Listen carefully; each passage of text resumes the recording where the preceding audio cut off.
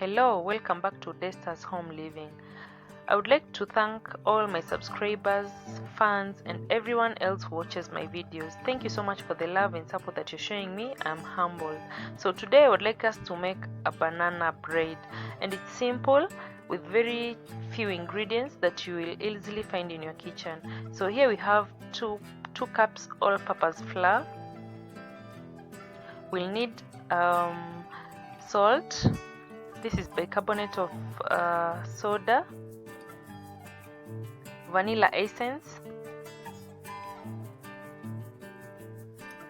This is a tablespoon of milk. This is melted margarine. I've melted it so that it becomes easy to measure. So that's half a cup. This is 3/4 of a cup of sugar. And when I say a cup, I'm using a measuring cup that has 250 ml. I'm using 3 bananas for this specific bread. Make sure they are well ripe.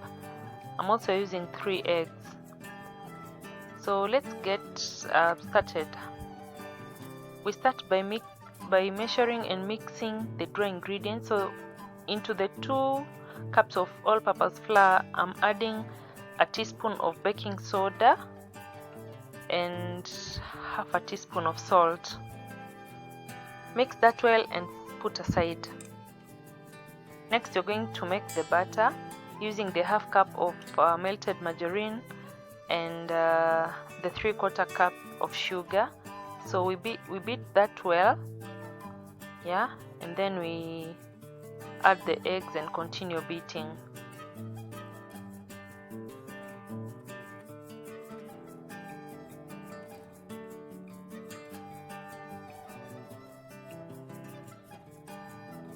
So we now have our batter ready. We're also going to keep this one aside and start mashing up the ripe bananas.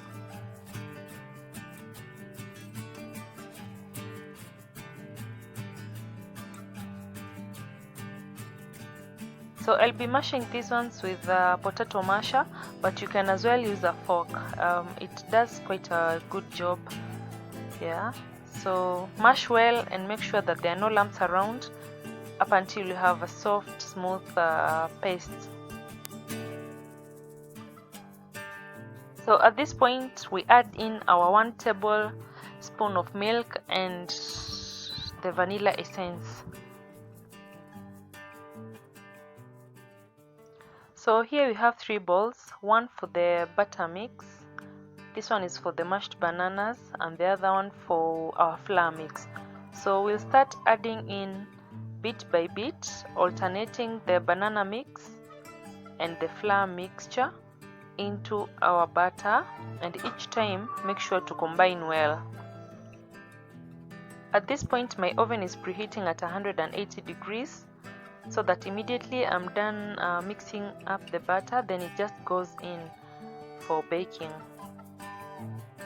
Now I'm done with mixing of the batter, and I'm using a bread tin that is 9 inches by 5 inches.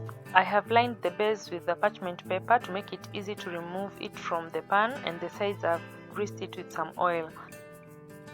I now have all the batter out, and I'm trying to level it off so that it comes out evenly, and also shaking and beating the pan on the surface. I don't know if that makes sense, so that I remove extra air in the batter. So now this is going into the oven, and I'm going to bake it at 180 degrees. It took about 45 minutes for it to get well baked and done. So now our bread is ready, guys.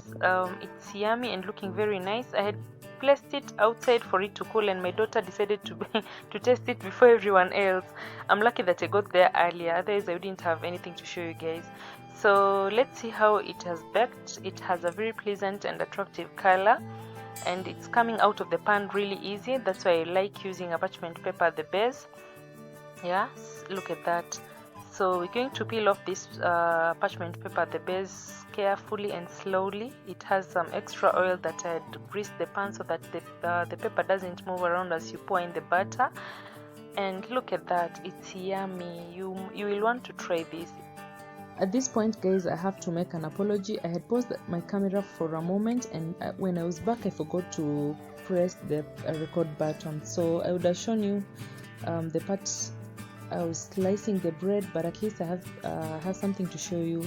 This is how the bread looks in the inside, and it's delicious. It's super moist and crumbly on the surface. So that's it for today, guys. You may want to go ahead and give it a try.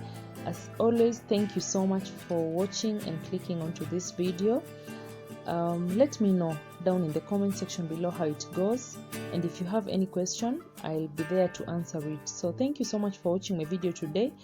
If you've not subscribed to my channel, please do, kindly do. I'll appreciate so much.